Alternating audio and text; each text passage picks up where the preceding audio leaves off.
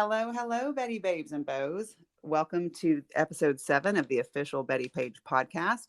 This is Tori Rodriguez here with my co-host, Mark Mori. Hey, Mark. Hey, how are you, Tori? I'm really looking forward to today's episode. Me too. I'm so excited because we have a really special guest, cosplayer, writer, and I think a bunch of other stuff that we'll hear about. Anna Mia. Hey, Anna Mia. Hey, everyone. How's it going? Hey, Anna Mia. Yeah, we're really excited to have you on. It was actually our first time having a guest on the show with both me and Mark on. Oh, very cool. Yeah. Yes. And Anna Mia, you're the first guest under 90 years old. I feel so young. Yeah, we have, because the one guest we have had is Jack Ferragasso, the artist and photographer who worked with Bettie back in the 50s, and he's actually 93. Oh, that's really cool. Yeah. And that was a great interview. But yeah, so we're so happy to have you on. And are you familiar with the phrase "What a Bettie"? I am, actually. It's been a long time since I've heard that. Yeah. Well, I actually have a column on the Bettie Page Fitness website called "What a Bettie," and it features women that are Betties, like just all around, like Renaissance women, if you will, and like just multi-talented, passionate, and have their own strong voice and all that good stuff. And you definitely fit that bill. And I'm excited to talk about. Like, I have so many questions, and I know Mark has a lot of questions too. Tori, and that the photos you posted of Mia on our social media got a lot of comments. I mean, she just looks gorgeous in those photos. Oh, you do. Thank you. Thank you. Definitely. And I mean, and do I understand correctly? It seems like I read somewhere that you actually took some of those photographs yourself. Yeah. With COVID and quarantining and being stuck inside, as a cosplayer, a lot of us had to get very resourceful on, how are we going to take photos and continue to have like content? So yeah, a lot of the photos that I did are self-shot. I can't edit worth a lick, so I have a friend that I hire out to do all the editing, but I can at least send him an all right photo to work with. So well, you all did an amazing job, and it just made me think, like, Bettie would be so proud, because as you probably know, she was like super creative and made a lot of her costumes. Oh yeah. And did her own hair and makeup, and just really was a self-made woman. Yeah, no, it's kind of incredible to like follow in her footsteps, because in a way she like has a lot of the same characteristics of cosplayers and models nowadays, and kind of having to be Jill of all trades when it comes to the entertainment industry. So yeah, I think Bettie would fit right in right now. So maybe we can refer to Bettie as one of the original cosplayers. There you go. Well, it occurred to me, because Mark and I have talked on the show before about how, like, we kind of realized, like, Bettie's actually really the most emulated person in history. I mean, probably hands down. We've talked before about how you have Elvis impersonators and Marilyn impersonators and things like that, but nothing to the scale of, like, really Bettie's like everyday cosplay. Like people walking around all day every day looking like Bettie. It's like their everyday look. She has completely embodied like that 1950s 60s pinup look. Everything is very Bettie. Even when you're like looking up just 1950s outfits, people have the Bettie haircut, and it's just, she is so iconic. Absolutely. And it doesn't matter whether it's cosplay or pinup or, even burlesque. She has really influenced every single one of those, I feel. Oh, absolutely. Tori, if you don't mind, I'd love to ask Mia a little bit about her background, her bio. Yes, if she could tell us a little bit about how she got to be who she is. Yeah. So I have always been, a geek and lover of comics and things since I was little, because my dad. And so but I didn't know conventions existed until, I was in college, and one of my coworkers was like, "Oh, you should go to an anime convention." And I was like, "Oh, wow, I didn't know there were conventions for, people who love the things that we do." And I went and I saw cosplayers, and I was like, "Oh my God, this is this is so much fun. I want to do this. You're like, I'm home. Exactly. And I never stopped. Like, and it became such a passion that I learned how to sew. I learned how to do, so many more aspects of the craft through a lot of trial and error.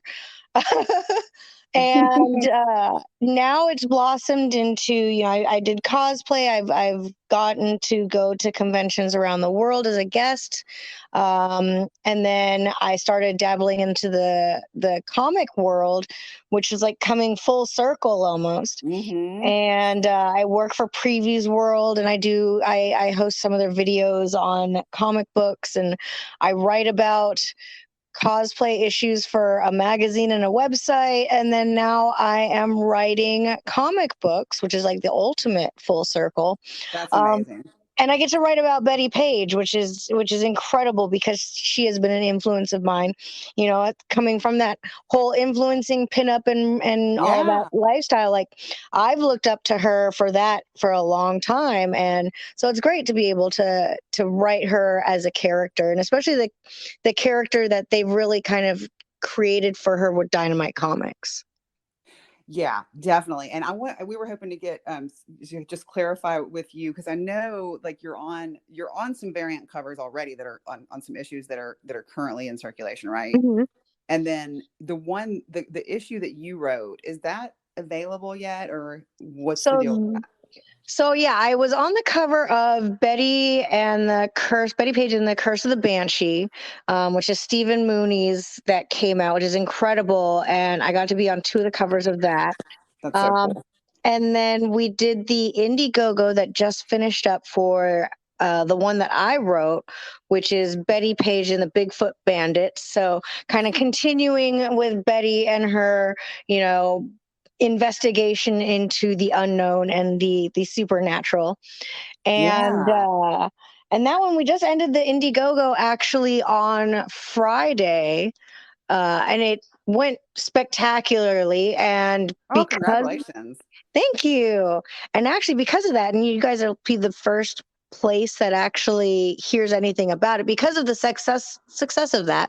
I've actually been asked to write another 5-issue series that will be coming out next year. So with the Bettie yes, series. in the Bettie universe. Exciting. So very exciting. I get to continue her story.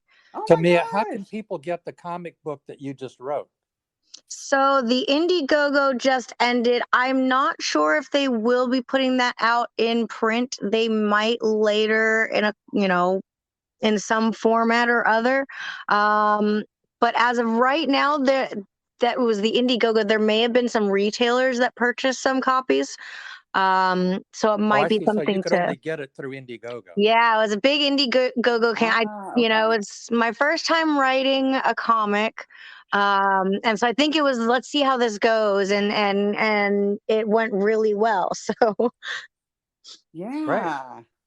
And that's pretty cool. Like you're really embodying Bettie in a really unique way, because you're having to like really kind of put yourself in her place to sort of write this character, right?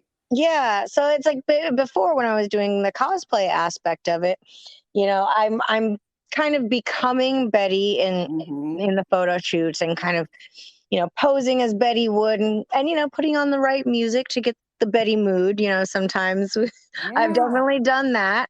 But when I'm writing her, it's completely different, because now I'm literally having to think as Bettie, and how would Bettie act, and what would she say, and what's her personality like. So that was really fun to kind of get inside of her head, and because of the character that they've created with her with Dynamite, and being kind of this international spy, you really get to have fun with her, and she gets to be really feisty, which I think Bettie naturally would. Absolutely, yeah. Bettie's very feisty. Fiery and spicy, and so it was a lot of fun. And I love how, like, in a way, like, these comics have given Bettie new life in the sense of, like, I know you're aware of, like, all the hardships that she experienced, and she didn't really get to go on a lot of the adventures that she wanted to. in life, you know. And it's like, it's just so cool kind of to see that she's like getting to have all these adventures and kick some ass. Yeah, Travel she's the world.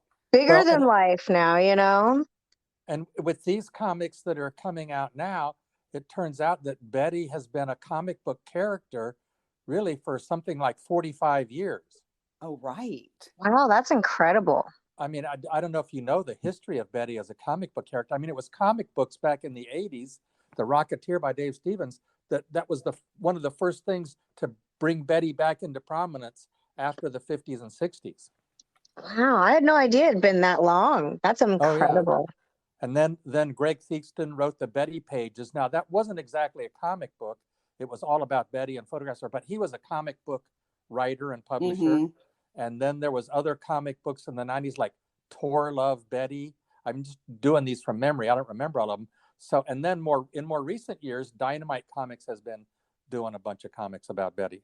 Mm-hmm. Yeah, I've really gotten into the Dynamite series. I haven't read some of the older ones, but maybe I'm going to have to now and go back and get, you know, an even bigger history of her. But the Dynamite series, I love what they've done with her and her character, and just giving her this new breath of life and introducing her to another generation. Definitely. And I think honestly, her legacy, because she's so fundamentally involved in so many, you know, in pinup and burlesque and all that, I think her influence is just going to stick around forever. It's iconic, I agree. Well, legend. and you know, the Rocketeer comic book inspired a movie based on it, and the Betty character was played by Jennifer Connelly. I think that was in the early 90s. Oh gosh, I remember the Rocketeer. It's been forever since I did not remember that she was a character in that. I will. Well, I don't have think to they look called up. her Betty in the movie. I Oh. don't remember. But Right. Yeah. Because I was going to ask you that actually, Mark, because I know they really tried to like de-Bettyfy the character for the movie, right? Because it's like Disney, and I had read some stuff about how they didn't want it to be like closely. Well, I think maybe linked. they couldn't find Betty, so they Ah. didn't want to call it Betty and then have a lawsuit later. Okay. Well, that makes sense. Oh, I'm rewatching the Rocketeer today now. Yeah, and I can't believe I've never watched it. There's a scene from The Rocketeer in my film, Bettie Page Reveals All. Oh, cool. I don't remember that. Yeah. Very cool. yeah, no, I love her. I kind of wanted to like put this in here. I love her influence, especially here in the Pacific Northwest. So I'm from Seattle. Yeah. And we actually have a Bettie Page house here. Yeah. Yes. And what's so funny is that I pass by it all the time on the freeway. That's so cool. And every time I look over, like before when I first moved here, I was like, oh, I love the Betty. And it has so much more meaning to me now. And I kind of want when the comic comes out to take it over there, and I don't know how creepy I'll be going up to them and being like, hi, I wrote this Bettie Page comic. Can I take a picture in front of your giant Bettie Page wall? I'm sure there's a way to reach them, and they would probably love that. They actually, I don't know if you're aware, they actually they've had some vandalism of that piece a couple times, and one time was fairly recent. And they had an artist go and kind of restore or redo it.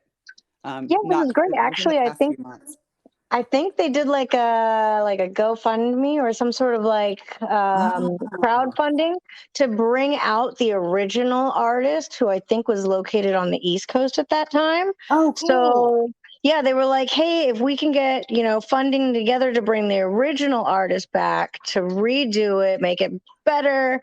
And I guess it went through because it's back up there and it looks gorgeous again. So yeah, what a tribute. Just seeing Betty from the freeway when you drive past. That's so cool. And so you something intrigued me. You said, like, you talked about like putting on some music to kind of get in the Betty mood, and I'm just curious about like that made me think like you would be a really good person to kind of give advice to people about like sort of like kind of getting into the Betty character, like just sort of embodying Betty themselves, and like what would you recommend if somebody wanted to sort of experiment with that, like the music and the vibe and the look and all that stuff? Like what would be a kind of a good place to start? Oh yeah.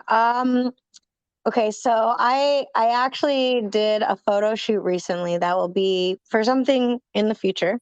Um, but I rented out this Airbnb nearby that actually has an entire tiki themed like room to it.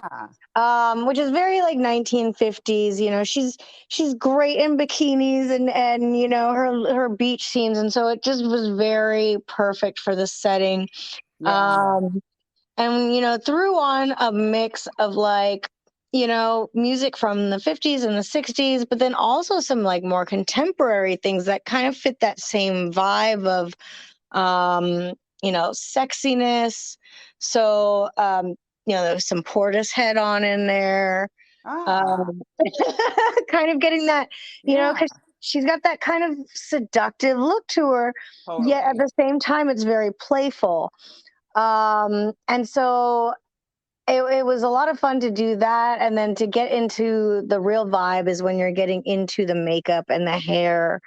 And it just kind of all comes together. Even like just doing the nails a little bit makes you feel a little more, Hmm. yeah, seductive, a little more Betty. Because that's kind of what it is, right? It's almost this like innocent seductiveness, Right. Yeah. and it's Yeah. very playful, and even when she's completely sexy, you know, she's got this smile, and it's like Hmm. this, and not a lot of people can pull that off. Yeah. You know, it's a very hard to like look sexy but also look not too sexy at the same time, like Exactly. Betty is kind of a wholesome sexiness. Yep. yes, yes, And it's a I don't know if you guys know, we were talking about music related Betty. When I was researching the film Bettie Page Reveals All, I found more than 100 original songs about Bettie Page, several of which are in the movie. Wow. oh That wow. There's many. some great songs about Betty out there. Some like, too many for me to even use. Okay, well, we need to get some playlists going, don't we? Yeah. For sure. And so Mia, how did like so going through this experience and kind of learning more about Betty and really embodying Betty and writing from her perspective and all that good stuff, sort of like how has that sort of influenced you and you know in your daily life? um it's kind of given me a little touch of Betty myself. Yeah. There's like that inner, you know, especially when I'm writing her and I'm going through and all day I've been in this, all right, what would Betty do? You know, Mm-hmm. Mm-hmm. WWBD, what would Betty do? Yep. So when I'm constantly like in that mind frame, and then I'll just catch myself like afterwards and I'm just like a little more sassy, you know? Yeah, that's so cool. That just makes me think like that would be a fun experiment too for people to just maybe pick a day or you know an hour or something and just like make it a point to like you know keep checking in with yourself and like what would Betty do in this situation and kind of like do it a little differently than you normally would. Honestly, it's great for the self confidence, because Betty had confidence out, Yeah. so much confidence, and there's something about you know getting into tune with that, and especially with cosplay, you know, you start kind of taking on the characteristics of the character that you're cosplaying, even inadvertently. You know, you just kind of become Hmm. that person, and if being Betty for an hour a day or thinking about how you would feel like Betty as you're putting on your makeup in the beginning of the day can really, you know, change your own self esteem and give you a little boost and some confidence. Well, it's really interesting that you say that, Mia, because that's the when I was doing the research, I started running into these young girls just working behind the counters in stores who who I understood from talking to them getting their self-confidence, their sexual confidence from identifying with Betty. And in Betty's photographs, that confidence really comes through. Maybe you could talk Mhm. about that a little more. Yeah, so in modeling, it's one of those things of, you can see when someone's confident in themselves by how they come out in front of a camera. Because Mhm. when you're not feeling so great about yourself that day, you can see it. Your face, it's kind of behind the eyes. And Yeah. Betty has just always had this absolute confidence in all of her pictures, and even when she's posing next to I think it was a leopard. Right. Oh yeah, the Two cheetahs, the leopards. cheetahs. Yeah, exactly. No one else but Betty is going to have that sort of confidence. Yeah, isn't that, you're right. That's a good point. That's like the ultimate in confidence. It's Yeah, like, I got this. I got Yeah, yeah. this. in one When you can photograph, do she's a even photo lying. shoot with Go ahead. two animals that want to maul you, Right. possibly, and you do it making it look effortless and like they're your best friends, and Mhm. And she's laying down between them, completely naked.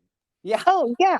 Yeah, just I mean, the most vulnerable that you could be, and it was just like, oh, that's her pets. Yeah. That's good. Yeah. Y'all are giving me a new appreciation, kind of like revisiting that shoot again. Giving me a new appreciation of just how badass and cool that was of Yeah, her and Bunny to do that. there's no fear between her eyes, or Yeah. in her eyes, and I don't think I could pull that off. I don't Yeah, I'm think pretty there's sure I any. couldn't. No, Pretty safe you to say I see the couldn't do fear. that. I'll stick with the stuffed animal props, if anything. Hey, at least we have CG now. It's a There little you go. safer. Mia, I have a question from one of our regular posters on the Bettie Page movie Facebook page. Evan Lowenthal asked, "What do you admire most about Betty?" Just the fact that she was so, I guess, bold for her time. Hmm. Like when you think about that time period, and it's like women were so demure and dainty and composed, and then you just have Betty, and she Yeah. was like, I'm just gonna do what I want. Like, I love that she's like, I don't care what's in fashion, like I'm just gonna wear what I want to wear and what Hmm. I feel good in. And that's also a lot of her own confidence in the fact that she did not follow by societal norms, and she just kind of went her own way. And I think that's some of the greatest in history, especially women that do that kind of thing. I mean, Madonna, you know, Yeah. um, all these women who just go against what everyone else thinks a woman should be in that time Well, yeah, period. and Madonna took some of her inspiration directly from Betty, Hmm. both So in the yeah, way I mean, in some of her music videos and in some of of her costumes. Yeah. yeah, The thing that pops to mind for me immediately when you say that is like the cone bras. yeah. Right. Yes, exactly. Yeah. Betty is like this long line of women in history, going back in time, of just women who are like, I'm just gonna do what I want to do, and forget what anyone else thinks, and they set their own path. And um what is the quote? History is never meant or made by well-behaved women. And Yeah. it's like, that is Betty. Like, she did what she wanted to do, and now she's historical. Yeah. Yeah, and Mark had made a point in one of the earlier episodes that has kind of stuck with me too, because I had never quite thought about it, explicitly, but that Betty was like a free agent, like even back at that time, like, she really was doing exactly what she wanted to do, and she didn't have like a manager or like a PR firm or like anything guiding her She image wasn't or hemmed in by a machine. hmm Hmm. which I think is like really pretty unusual. Wouldn't you say, Mark? Oh yeah, definitely, especially in the 50s. I mean, Yeah. that's Oh the yeah. difference between people like Marilyn and others and Betty. They were all, surrounded by publicists and agents and managers and limited amount of photographs and all of that Hmm. kind of thing. And Betty didn't contend with any of that. Which is why she has like, endless amount of photographs circulating Yes, forever Betty's and the ever. most photographed model of the 20th century. Yeah, Amazing. because she just set her own trail. And I think Yeah. that's inspired so many women today with And I think that struggle and fight is still going on today. I think she Yeah. kind of started and inspired it, and it's still going on, and women are still inspired by it and setting out on their own trails. And she's kind of like the queen of doing your own thing. Yeah. Yes, for sure. Um, and then I had a couple of like sort of general questions and wanted to find out about like what else do you have going on, what's next Yeah. and that sort of thing. But I wanted to check with Mark and see if you have any more specific questions, Mark. No, go ahead. Well, just one of the things was so I had asked you about like kind of tips on kind of embodying Betty, but more generally, like just since you're clearly like really devoted to your art and you make space and time to do those things, and which is really hard for a lot of people, especially like people with day jobs and they want to make time to get into creative pursuits, and can be pretty tough. Do you have any advice or tips for sort of honoring your creativity, finding inspiration, making time, any of that stuff? Yeah, I mean, when I first started cosplaying, I was a full-time recruiter, like a tech recruiter. So it was a lot of juggling time between the workday and then, well, what was a hobby is now my full-time career. Amazing. And it's just finding those like little moments of creativity and the ability to kind of step away and do things for yourself. There's a lot of people that find working on crafting and working on making things themselves to be kind of therapeutic, and it's great for like if you have a very stressful job to just kind of take a while. I mean, and do something creative, get that energy out. I think this is why the big rise in adult coloring books, because sometimes we just want that relaxing time to just be creative and use a different part of our brain than we're using the whole rest of the day. And it's so important. Yeah, it really is. And then it's just finding inspiration in anything that you're like. For me, I'm a big movie person. So, and that's a kind of a problem for me because then I'm constantly like surrounded by things that I want to like cosplay and do. Yeah. Like too much inspiration. It really is. It really is sometimes. And honestly, it's just once you find something that inspires you to get creative, it's almost hard to turn it off. Yeah. It's just a matter of going with it. And I think that's the hard part is sometimes we have great ideas and especially great creative ideas, and then we second guess ourselves and you can't do that. You have to just run with it and at least try. I think, that's one of the things with cosplay I always tell new cosplayers is to just do it. And honestly, like once you get out there and you start doing it, the fear goes away. And, it's like avoiding a task that you don't want to do. And then you do it and it takes 5 minutes and you're like, why did I procrastinate? It's that same feeling. Yeah. Just go out there and do it. And And one thing that's coming to mind too is like, did you have people, especially as you were kind of sort of making the transition away from like your day job and that sort of thing, did you have like naysayers? Did you have people that were like, what are you doing? Like, why are you doing this? This is weird or anything? I don't think it was more so like them saying it was weird. I think it was more the people that were concerned, like, okay, so you're going from a steady paycheck, 401k, health insurance, benefits, and you're going to go do something creative. Like, the starving artist thing, right? So I think it was that. And, when I started doing cosplay, it was really the beginning of people learning to make it into a career and how to monetize it.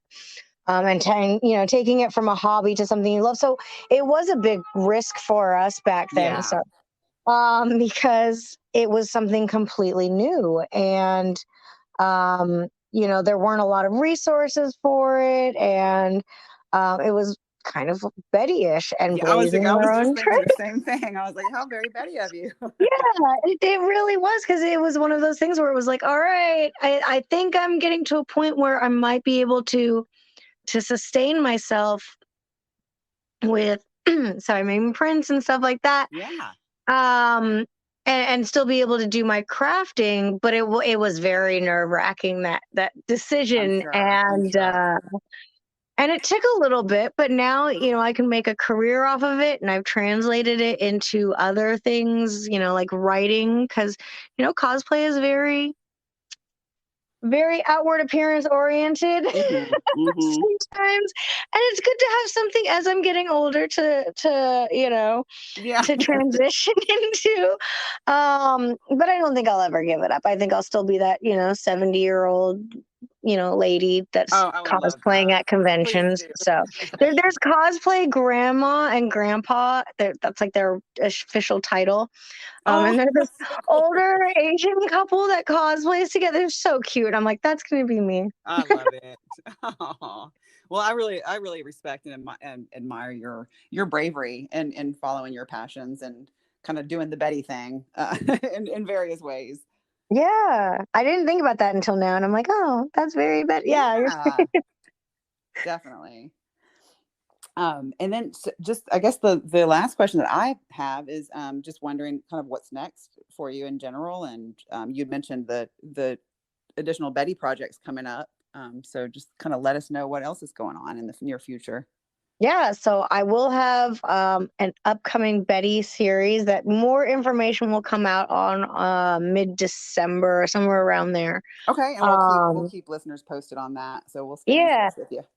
So it'll be another fun adventure. I'm excited to take her on. And then there will also be some new Betty covers coming out, which is amazing. And I'm excited for people to see those, because it's always hard when I take the pictures and I'm like, no one can see this for months. Oh, I know. That lead time is really hard.